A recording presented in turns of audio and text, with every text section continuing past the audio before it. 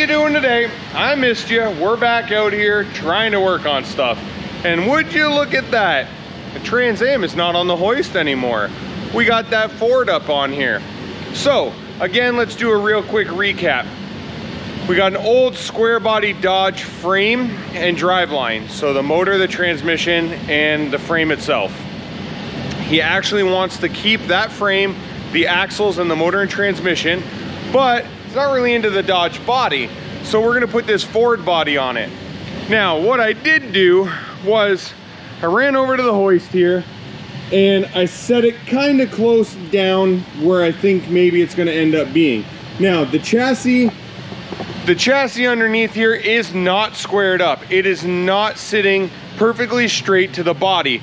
But the reason I'm doing this is because what we're trying to do is he wants to sit this thing down on semi wheels and get it kind of low. Not like all the way down on the ground, but wants to tuck that top lip of the rim in the fender. So we know that with a 22-inch or 22.5-inch semi wheel on here, the overall tire size is going to be 31 inches, and this is 31.5. So what we want to do is get this lip just sitting inside that wheel. Now, mind you, it's going to be much bigger. It's going to be up here somewhere, but that's kind of the look we're going for. And again, as you can see, we're not even close to being straight on the chassis. I just wanted to get a real close look. Now, the problem is, or I guess the first thing to consider is, well, you can just drop the body as far down as you want. Yes, you kind of can, but we're gonna come way back here and you can see this hump here in the frame. And this truck used to be a flatbed. So we're going to need to take a chunk out of it, maybe from like that dimple there, forward about 3 feet. We need to shorten this whole entire thing up roughly 3 feet. But again, I don't want to put the cab on it and put it as low as we can and then find out that we don't clear the bed floor with this hump. So the client has a couple motorcycles that sit really, really low to the ground, and he wants to be able to put those in the back of this truck. So we're gonna do everything in our power to not cut that floor in the bed at all. Reason is, if they sit low to the ground and we have to like cut and put a big lump like this in the middle of the floor, he's not gonna be able to put his motorcycle in there flat. So all I wanted to do was kind of get this close, see if we were remotely even close to fitting in that engine bay, or we had to modify the firewall or anything like that. Now what I'm gonna do is grab the bed, set the bed up on here, and what I wanna do is the bed will sit kind of way back in here, I would imagine. So what we want to do is make it flat and figure out how much height we have here to make the bed be flat. Once the bed is flat or straight with the ground, that'll give us the body lines where we need the cab to hit, so that we know it'll be in a straight line. You're not gonna have the bed way higher or way lower than the body lines on the cab. With that information, we'll be able to turn around and go back and say, well, if we put airbags on this thing and we slam it way down, will we still have enough travel to get it all the way down far enough to where the client wants it? Or do we need to start cutting the bed or anything like that? First things first, we kind of want to take the easy approach and try to get it, you know, set up without cutting that bed floor, but it may be possible or may not be possible. In that case, what we would do is raise the entire bed floor up instead of cutting a notch into it, whatever, let's say 3 inches or 5 inches or whatever that number is. That way we know that it'll be flat, he can put his motorcycles in, and everybody's happy. So all that being said, what we're gonna try and do right now is throw the bed up on here. We're gonna have to take the wheels off because the wheels will not be in the wheel well on that thing. So we'll take the wheels off, we'll set it down on there, we'll get it kind of sitting roughly level, and then we'll go back forward and see if the cab has to go up or down. Now, mind you, this thing does have to go down about 8 inches or so right now, and I do not think we're gonna get that far from where we're at with an airbag to be able to tuck that wheel. So it may not be possible to do it without cutting the bed, but you never know unless you try or unless you look. So that's what we're on to right now.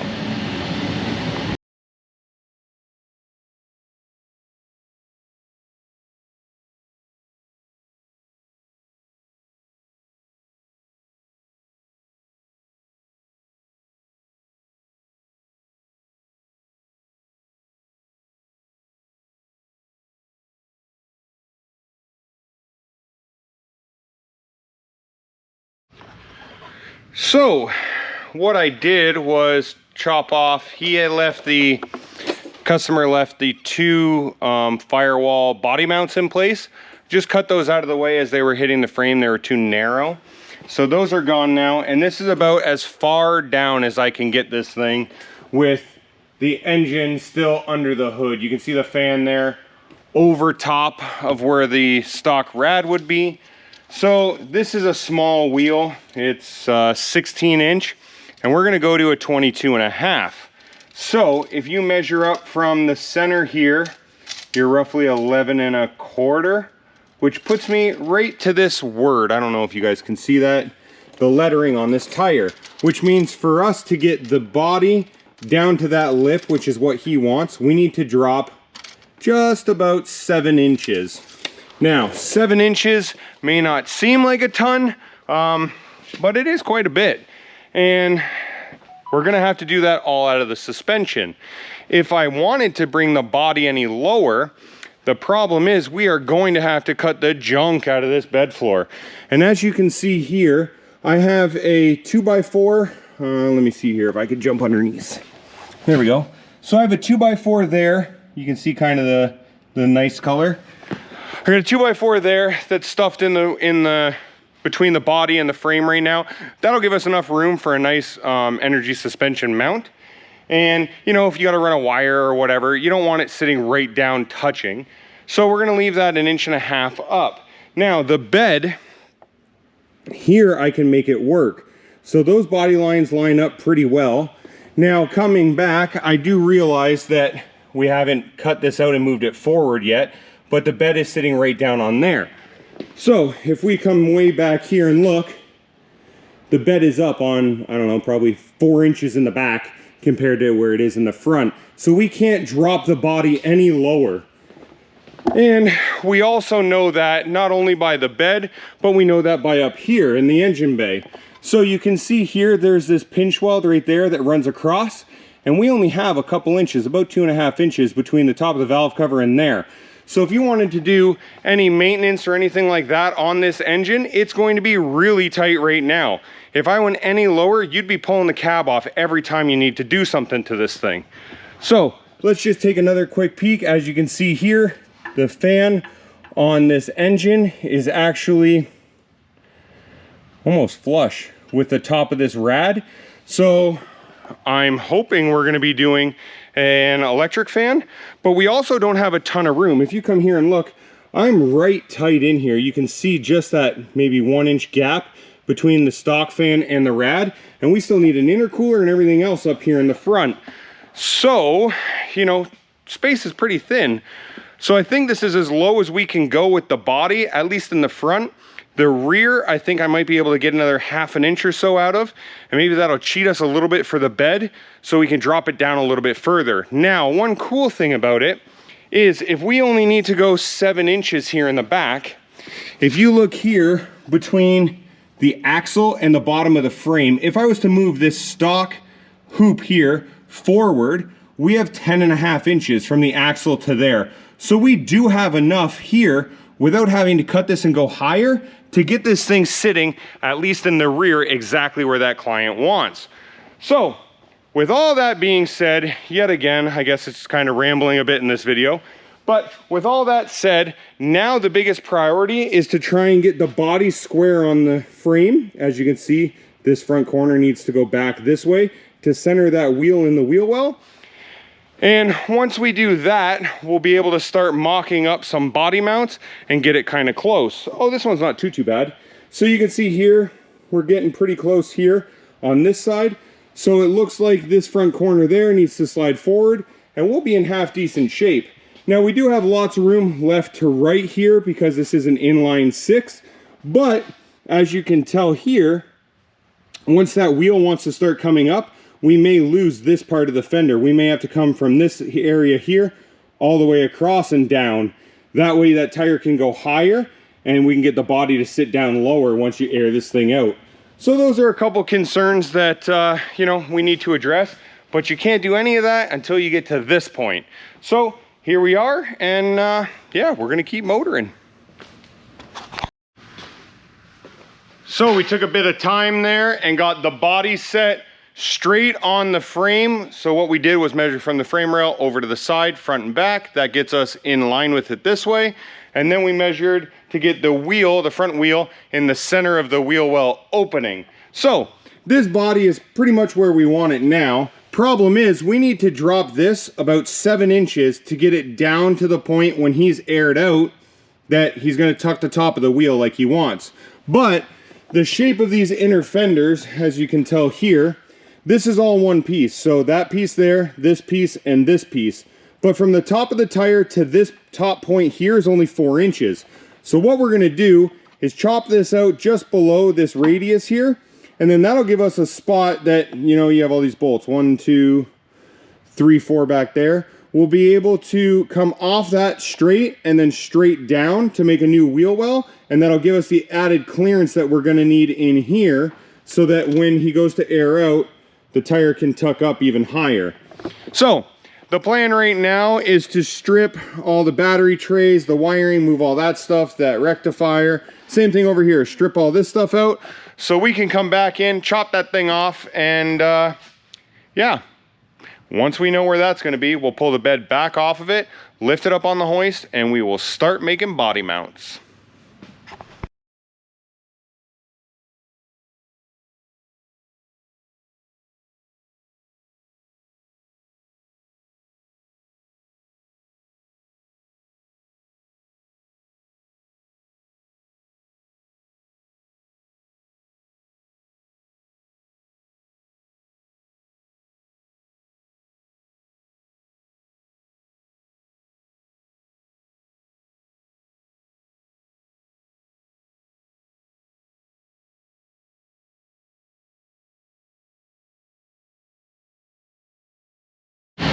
Okay, so it's freezing here. We got the heater on. I apologize for the noise, but we made some progress. As you can see, we got the bed back off of the truck and we have the truck up in the air. So what we did was, my goodness.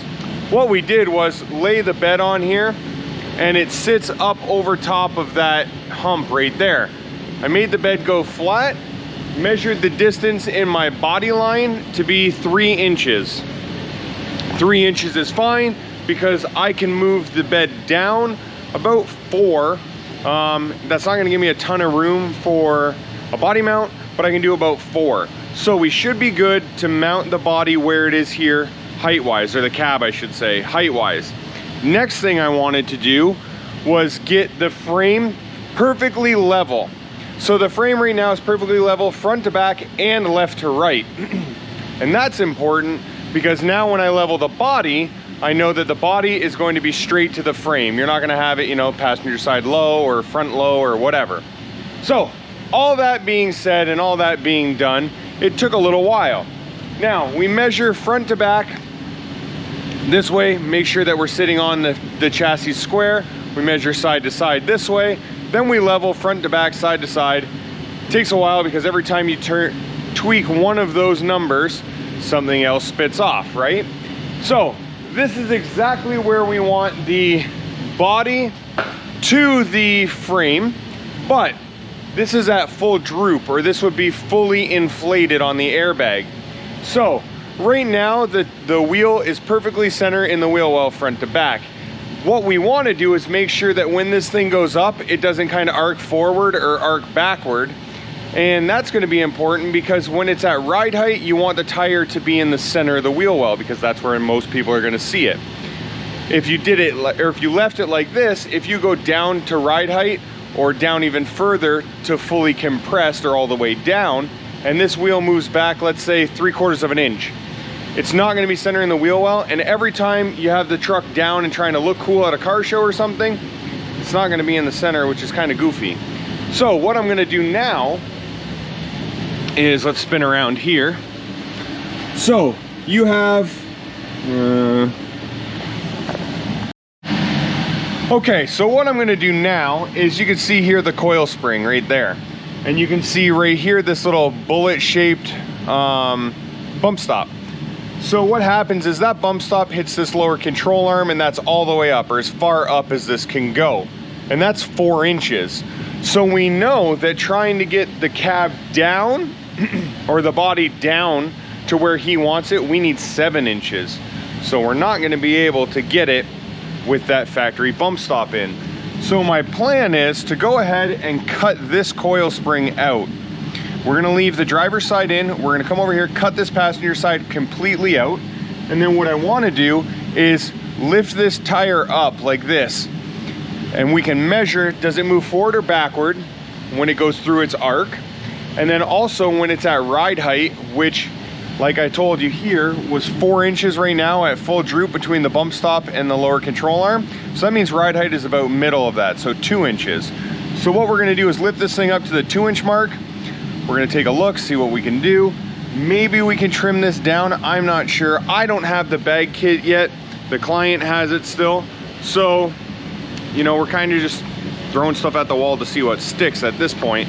But we know that the factory ride height would be about halfway through that travel. So that's where we want to get as a good starting point. If it goes down further from that, okay, we can adjust.